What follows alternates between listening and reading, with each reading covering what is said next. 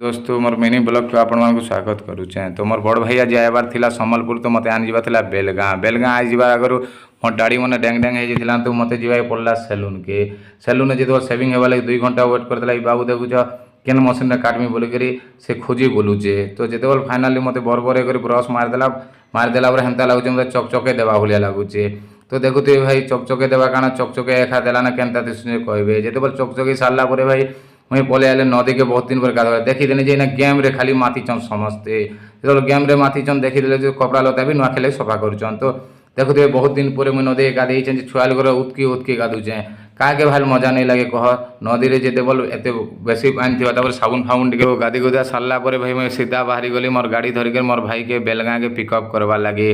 तो सीधा selfie stand में मुझे आज पहला कर वीडियो बनाऊँ देखुले ड्राइविंग कला बेल वीडियो करूला बेले केते असुविधार होता वीडियो मैंने बनाला बेले आपण मैंने जानीपारे देखिक।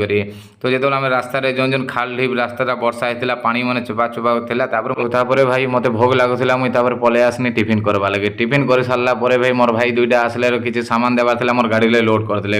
लोड करदेला भाई मुझे बेलगाँर न्यू ढाबा के पलि गली। न्यू रे मोर गाड़ी के पार्क करदेली और पार्क कला वेट कली मोर भाई केते बला आसबे बोलिक 2 ରୁ 4 घंटा वेट कले फाइनाली मोर भाई पहुँची गले।